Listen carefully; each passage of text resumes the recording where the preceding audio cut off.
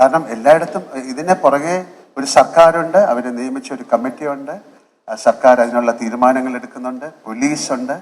ഇതിൽ ഒരു കുറ്റം ചെയ്തു എന്ന് പറയുന്നവർക്ക് പിന്നാലെ പോലീസുണ്ട്, അതിൻ്റെ റിപ്പോർട്ടുകൾ തയ്യാറാക്കിക്കൊണ്ടിരിക്കുകയാണ്.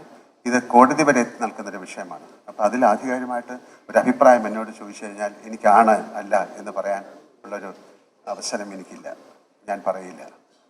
അപ്പം എനിക്ക് പറയാനുള്ള ദയവ് ചെയ്ത് നിങ്ങൾ ആലോചിക്കൂ, എത്രയോ 10,000-കണക്കിന് ജോലിക്കാരുള്ള ഒരു വലിയ സംഘടനയാണ് മലയാളം സിനിമ ഇൻഡസ്ട്രി.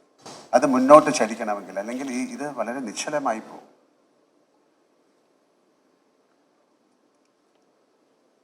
ഒരുപാട് ആൾക്കാർ പറയുകയാണ് ഞങ്ങൾക്ക് പെൻഷൻ കിട്ടില്ലേ, ഞങ്ങൾ എന്താകും. അതായത് നമ്മുടെ ഒരു ഹോസ്പിറ്റലിൽ കിടന്നാൽ ഞങ്ങളാണ് അവരുടെ കാര്യങ്ങൾ നോക്കുന്നത്. ഇൻഷുറൻസ്, ഒരാൾ മരിച്ചു കഴിഞ്ഞാൽ പലപ്പോഴും ഒരു ഹോസ്പിറ്റൽ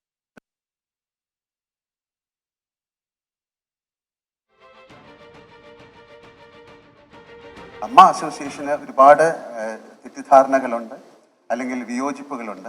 അതുകൊണ്ട് തന്നെയാണ് വീണ്ടും ഇമ്മീഡിയറ്റ് ആയിട്ട് നമുക്ക് ചെയ്യാൻ പറ്റുന്നത് എന്താണ് എന്ന് പറഞ്ഞാൽ, ഞാൻ അതിൻ്റെ പ്രസിഡൻ്റായിരുന്ന സമയത്ത് ഞങ്ങളെടുത്ത തീരുമാനം നമുക്കിതിൽ നിന്ന് മാറി നിന്നുകൊണ്ട് ഒരുപാട് പേര് പറയുന്നു ഇങ്ങനെയല്ല ചെയ്യേണ്ടത്, ഇങ്ങനെയാണ് ചെയ്യേണ്ടത്, അത് ചെയ്തത് ശരിയായില്ല. അവർ വരട്ടെ മുന്നോട്ട്, ഒരു ഇലക്ഷൻ വെക്കാം, ഒരു ജനറൽ ബോഡി വിളിക്കാം, അതിൽ ആർക്ക് വേണമെങ്കിൽ ഏത് സ്ഥാനത്തേക്ക് മത്സരിക്കാം. ഇനി മത്സരിക്കാതെ ഒരു തീരുമാനമെടുക്കാം, അവർക്ക് അമ്മ എന്ന് പറയുന്ന സംഘടനയെ ഞങ്ങളെക്കാട്ടിലും മുന്നോട്ട് നയിക്കാം.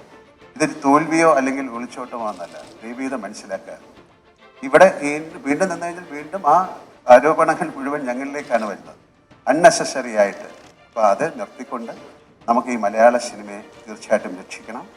എന്താണ് അതിലോട്ടുള്ള കാരണം? ഹിമ കമ്മിറ്റി റിപ്പോർട്ടിൽ ഒരുപാട് പോസിബിലിറ്റീസാണ് അവർ പറയുന്നത്.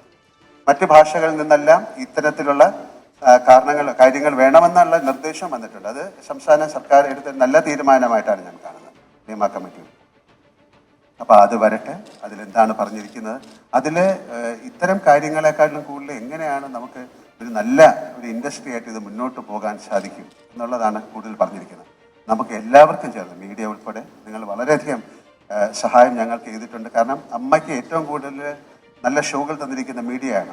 ഞങ്ങളിപ്പോൾ പോലും മനോരമ അവരുമായിട്ടൊരു അസോസിയേഷനിൽ ചേർന്ന് ഞങ്ങളൊരു ഷോ ചെയ്തിട്ട് അതിൽ നിന്ന് കിട്ടുന്ന ആ ബെനിഫിറ്റ് ഞങ്ങൾ വയനാടിന് കൊടുക്കാൻ തീരുമാനിച്ചിരിക്കുന്നു.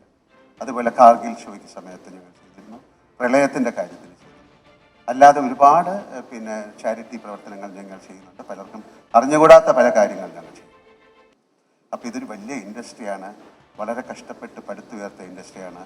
അങ്ങനെ ആൾക്കാർക്ക് എന്തെങ്കിലും ഒരു ബുദ്ധിമുട്ടുണ്ടെങ്കിൽ നിങ്ങൾ അവരെ പോലീസിനോ അല്ലെങ്കിൽ അതിനെ അമ്മയെ അറിയിച്ചു എന്ന് പറയുന്നതുകൊണ്ട് മാത്രമല്ലല്ലോ, അമ്മയ്ക്ക് അതിലെ മെമ്പേഴ്സിൻ്റെ കാര്യങ്ങൾ എടുക്കാം. ചില കുറ്റങ്ങൾ ഉണ്ടായേക്കാം, അതൊരു അസോസിയേഷനായി ബന്ധപ്പെട്ട് കിടക്കുന്ന കാര്യമാണ്. അല്ലാതെ അപ്പോൾ എല്ലാവർക്കും, അമ്മയിലുള്ള എല്ലാവർക്കും ഇതിനെതിരെ സംസാരിക്കാം. അമ്മയ്ക്ക് മാത്രമല്ല, സിനിമയിലുള്ള എല്ലാവർക്കും ഇതിനെക്കുറിച്ച് സംസാരിക്കാനുള്ള സമയമാണിപ്പോൾ. കാര്യം ഒരാൾ മാത്രം ക്രൂശിക്കപ്പെടുക അല്ലെങ്കിൽ ഒരു സംഘടന മാത്രം ക്രൂശിക്കപ്പെടുക എന്ന് പറയുന്നത് ശരിയല്ല. ഒരുപാട് സംഘടനകളുള്ള ഒരു വലിയ ബൃഹത്തായ ഒരു ഇൻഡസ്ട്രിയാണ് സിനിമ. നമുക്ക് മറ്റു ഭാഷകളിൽ നിന്നൊക്കെ നമ്മളെ വിളിച്ച് ചോദിക്കുന്നുണ്ട് ഞങ്ങൾ എന്താണ് ചെയ്യേണ്ടത്. അപ്പോൾ നിങ്ങളൊരു കമ്മിറ്റി അതുപോലെ തുടങ്ങാനാണ് പറഞ്ഞത്. ഒരുപാട് പേർക്കുള്ള പ്രോബ്ലം ഇവിടെ നിന്ന് തുടങ്ങട്ടെ, കേരളത്തിൽ നിന്ന് ഒരു വലിയ മൂവ്മെൻ്റ് ആയിട്ട് ഇത് മാറട്ടെ.